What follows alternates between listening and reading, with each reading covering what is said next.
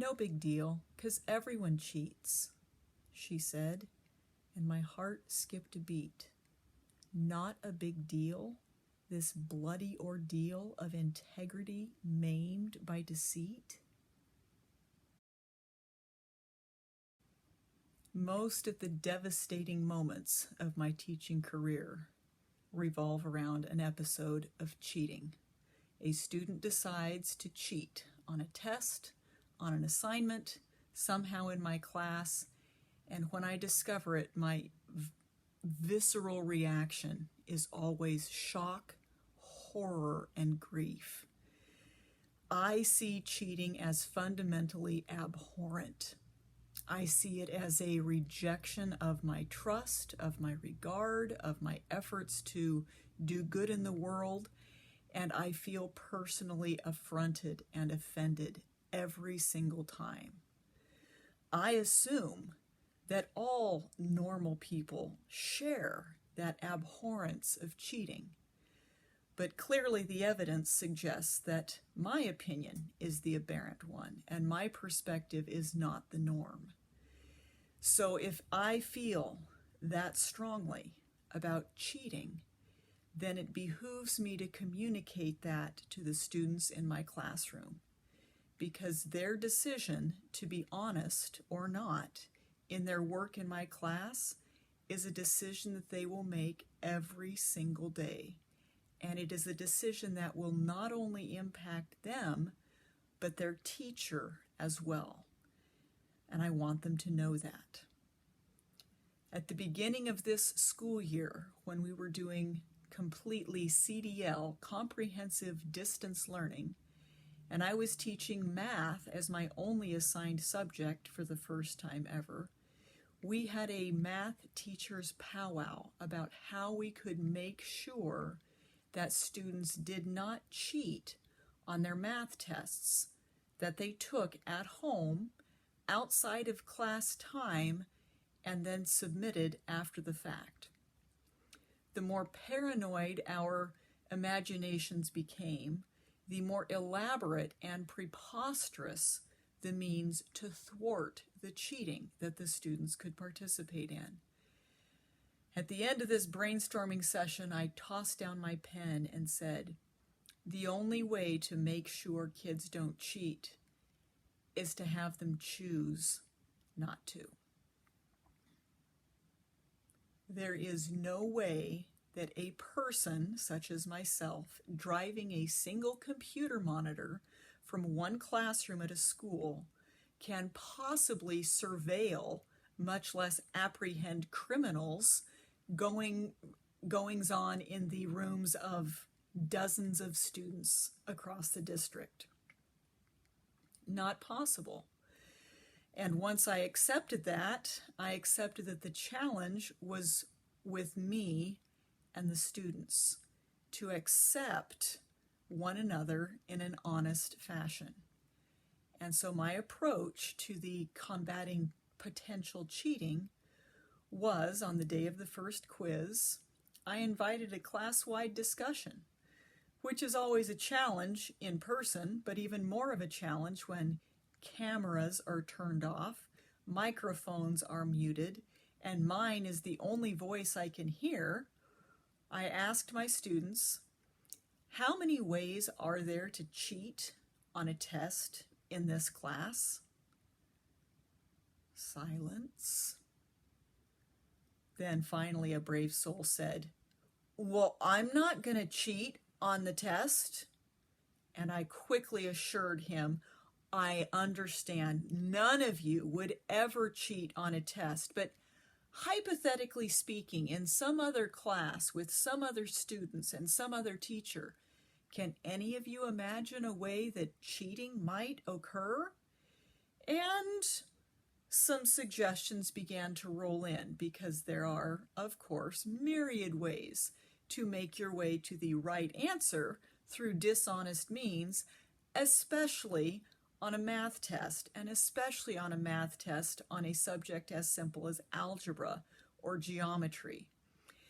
Some of the means of cheating were really obvious, like text a friend. Some were more elaborate, like scan in the problem to one of the online math apps and then copy down the work as your own. But all of them were dishonest. And my encouraging note to myself was, and the kids do understand that. So then we took the conversation from how could you cheat to why should you cheat? What are the possible reasons or incentives for making the decision to use any of these shady methods of getting to the end of a test? Again, of course, the first response, well, you shouldn't cheat. Everyone knows that you shouldn't cheat. And I asked, well, then why does it happen at all if everyone knows that you shouldn't? And I pointed out that the reason to cheat is to get a good grade on a math test in this particular instance. That is the only gain that is possible from cheating. And it's only possible. It's not even a given, especially with poor students and poor skills at cheating. So then I asked the very important question, and what do you lose? Many of life's decisions come down to this gain and loss balance. What do I stand to gain, and what do I stand to lose? And this is the part of the discussion that I had to contribute the least to. I was very encouraged by that. Students mentioned, well, eventually it's going to catch up to you. You're going to run into a test that stumps you if you rely on cheating. Absolutely, that is one of the most fundamental flaws with this cheat my way to success. But more and more students were able to point out, as the discussion went on, that cheating on the test cheats the student, not just the teacher. You're lying to yourself. And when students were able to acknowledge that, it gave me the opportunity to get up on my little soapbox and explain to them how it feels on my end when a student chooses to cheat in my class. To me, as the teacher, it is never a question of a student really wanting a good thing, that is, a good grade on the test. I'd never see it as, well, I can understand their reason for it. Instead, I see it as a choice to lie to me. Why?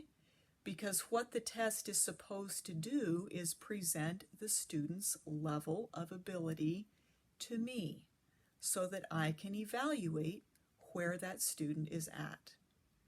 When the test does not present the student's actual level of ability, it's a lie. And that means one human being is deliberately attempting to deceive another. And that feels vicious and wrong. And the reason that it hurts me so much is I trust my students. I trust them to be good human beings whom I value and who in turn value me. Cheating on a test is never just about the test. It's about the person who makes that choice. And it's about their regard for the person who evaluates or looks at the score on that test. Once we had had that discussion, and I sent the children off to do their first test, it would be a wonderful thing to report that none of them cheated. And there's no way to prove whether they did or not with the means normally available to a high school teacher at least. I believe they did that first quiz honestly.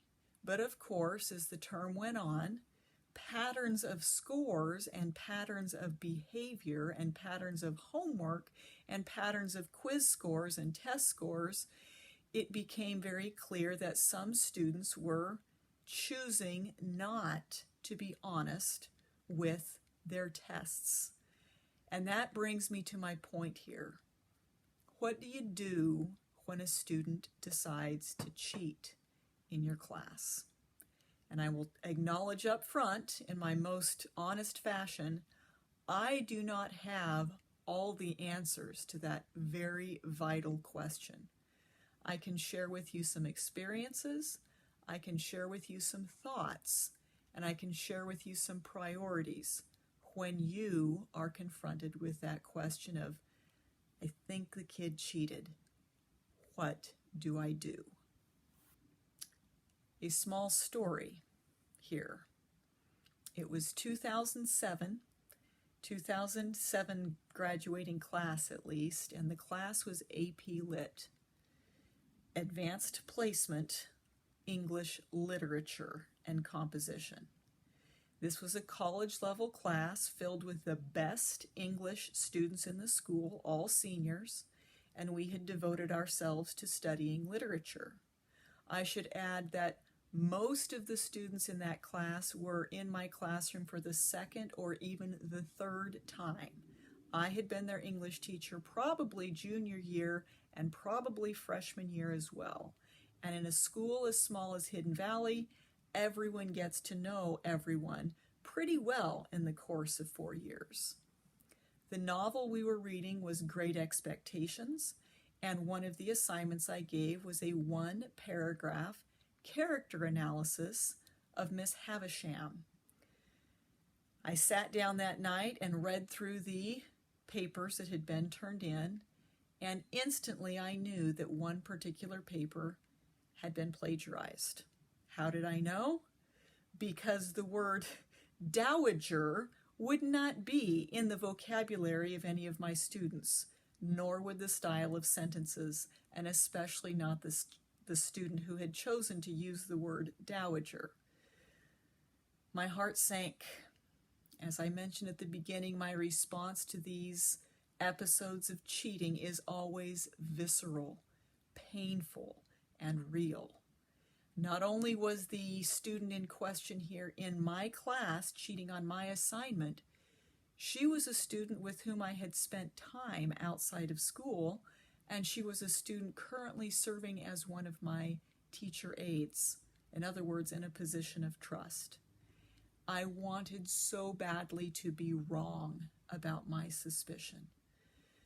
But it's pretty easy to type a phrase into a Google chat and have it tell you where that came from. And sure enough, blip, here comes the exact paragraph that this student, Bob, had submitted right there. I found it. I printed it out and I photocopied her assignment. I paperclipped the two together and I wrote a referral. I gave it to the assistant principal and I asked, please come down all over Bob and let her know that I am sickened, disgusted, and hurt by her choice to do this. And I didn't do anything about it. I gave it to the assistant principal to administer the discipline from the discipline matrix to this particular kid. I didn't trust myself to be calm and clear as I communicated with her. The day went on, and Bob did not come to class. Bob had been sent to in-school suspension. And on my prep period, I went down to visit with Bob. I walked into the room, and there were 3 students, none of which was Bob. I would know Bob anywhere. I had been her teacher for 4 years, and she wasn't there. So I went to the Ed Lab supervisor and said, where is Bob? And the supervisor pointed at her and said, she's right there. I was amazed. Bob had her hood pulled all the way up over her head, and she was face down on her desk doing her best to be invisible. I walked around in front of the desk and knelt down so that I was at eye level, and I said, Bob, do you have anything you'd like to say to me? And I have to say, I came from a position of great confidence in the rightness of my position. And Bob looked at me, and she was the most devastated human being I had ever seen.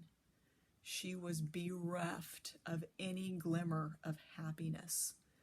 Her disgust with herself and the situation and the injustice and her anger, it was bleak to see. And her response to me was, "You just think you know everything. I don't know what the big deal is. Everybody cheats." And then she shared with me some opinions of me that were very hurtful, and some opinions of the situation, which I also didn't agree with. And I heard her out, and I said, "I hope we can move past this." And then I had to go to class. My emotions were in turmoil. And the class that was up next was my AP Lit class, where all of her classmates were going to be, some of whom would know that Bob was in Ed Lab and some of whom would not. Now, should I have handled that episode differently? Probably. I feel just as devastated by that today as I did, 13 years ago when that happened? I wrote about it in my journal, about the exchange, about the realization, about the choice I made to hand it to the assistant principal because I didn't trust myself to be clear and forthright with the student. I knew I would be way too emotional and probably say something harmful and offensive, and I didn't want to do that. Years have gone by, as I said, and I don't know to this day whether Bob has forgiven me for what I did to her or not. I have done my best to express my forgiveness and my apologies to Bob, but that episode to me encapsulates so much of what cheating is and is not. That was not about a grade on a Miss Havisham character analysis. That was a choice of shaping an individual's character. And I sincerely hope that both I and Bob learned something about the importance of integrity. The number of points that an assignment is worth is completely irrelevant in the balance against the character that an individual is building. Integrity is paramount, and that is one of the most important lessons to impart in any classroom, no matter the subject, no matter the age group. Do what is honest. Do your best. Accept the results of your work, and never lie about what you have and have not achieved in an attempt to get a grade that you do not deserve.